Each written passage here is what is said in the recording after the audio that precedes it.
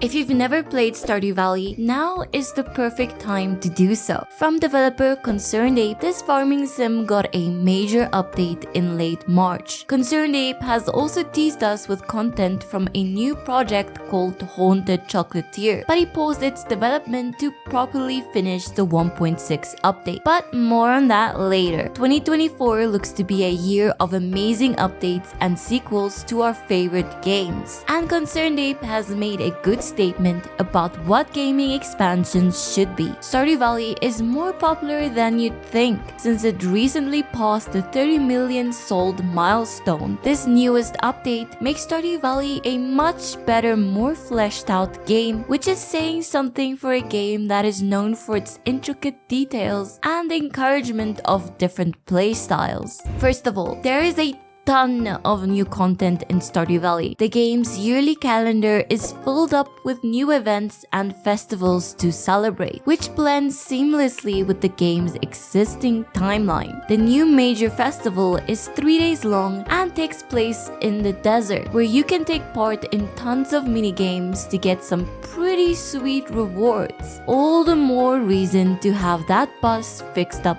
by year 2. There are also some new buffs along with more cosmetic items, a whole new farm type, and a bunch of more things. Stardew Valley continues to encourage farmers to farm creatively and explore the world around them, while not falling into a rigid routine, since you might miss the secrets lurking around every corner. Check out my channel for some of the new secrets in the valley, as well as farming and decorating guides for the new Meadowlands farm type. The amount of new content is such that farmers everywhere are jumping to start their new farms, with console and Switch players still patiently waiting for their port. The next point is all about my favorite new thing in the valley, and it's not what you think. I'm talking about mystery boxes. Now I find this one kinda funny. I might be reading into this one too much, since I love a good conspiracy theory, but it seems like a reference to the loot box systems that some games have started to use and abuse. Usually a loot box is bought with an in-game resource that would normally take an insane amount of time to gather. Instead, the loot box gives you the option to spend real money to get fake money to get the loot box. This system exploits gamers' need for instant gratification and the fact that your average gamer isn't gonna grind for 100 hours just to get a new item or skin. These boxes are a real poison chalice. They either only contain cosmetic items, which makes them useless to anyone who doesn't have money to burn, or contain rare strong items, which has a tendency to make the game pay to win. Stardew Valley's mystery boxes are a real breath of fresh air. Firstly, they drop from common daily tasks like fishing, mining, and hoeing. Second, they drop items that are already in the game, which could be common or epic.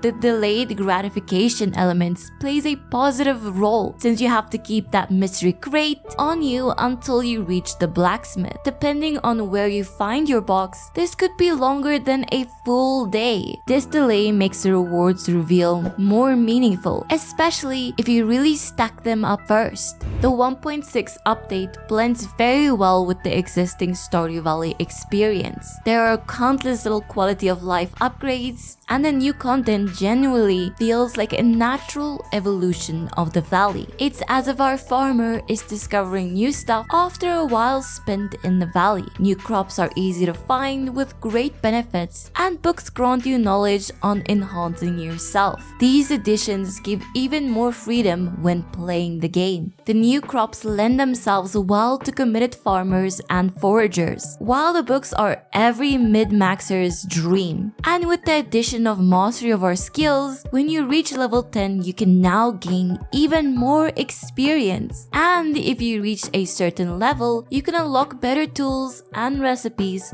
for each skill line. Things like this give Stardew Valley a more meaningful endgame, rather than the previous state of it being able to reach perfection or buying the pretty useless golden clock is a certified fact that they make our favorite farming sim more immersive than ever before. It could even be a valid indication of future gameplay. Now, if you're like me, you're racking your brain trying to think of what we can expect in the upcoming Haunted Chocolatier. What we do know is that you will run a chocolate-producing empire and immerse yourself in a new town with new NPC friends. But there will also be an overworld to explore and survive in. So with even more rewards for exploration in the 1.6 update, it creates an interesting expectation. I think it is fair to say that exploration will have a main focus in Haunted Chocolatier, and that we will be rewarded more than ever for finding the hidden nooks and crannies of the town in the new overworld. This creates a sense of adventure that hides under the surface of Stardew Valley and certainly Haunted Chocolatier as well. There was a rumor that we'd get a bow and arrow in the new Stardew Valley update, since one of these trailers showed it in the Haunted Chocolatier. But this is just another one we'll have to wait patiently for. I personally hope for a cute festival or two.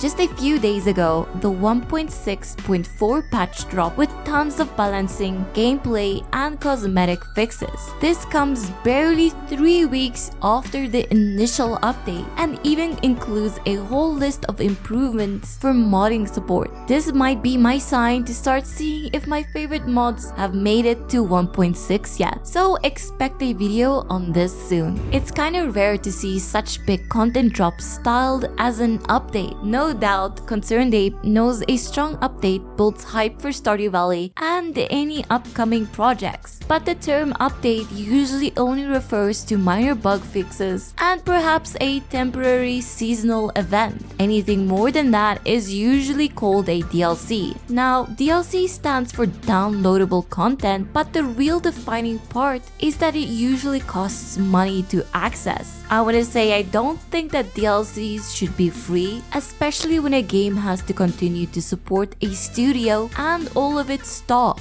I just think Stardew Valley has given everyone a good reminder about what extra content gamers really enjoy. One where new features flesh out a game without creating an overpowered new meta. One where there's actual new content and not just cosmetic features. I'll be sure to take you all through the Valley's past updates sometime. Now, Stardew Valley is definitely not the first game to do free content updates by any means. But it's nice to see this trend going strong in a time where gaming suffers from bloated studios and greedy marketing decisions.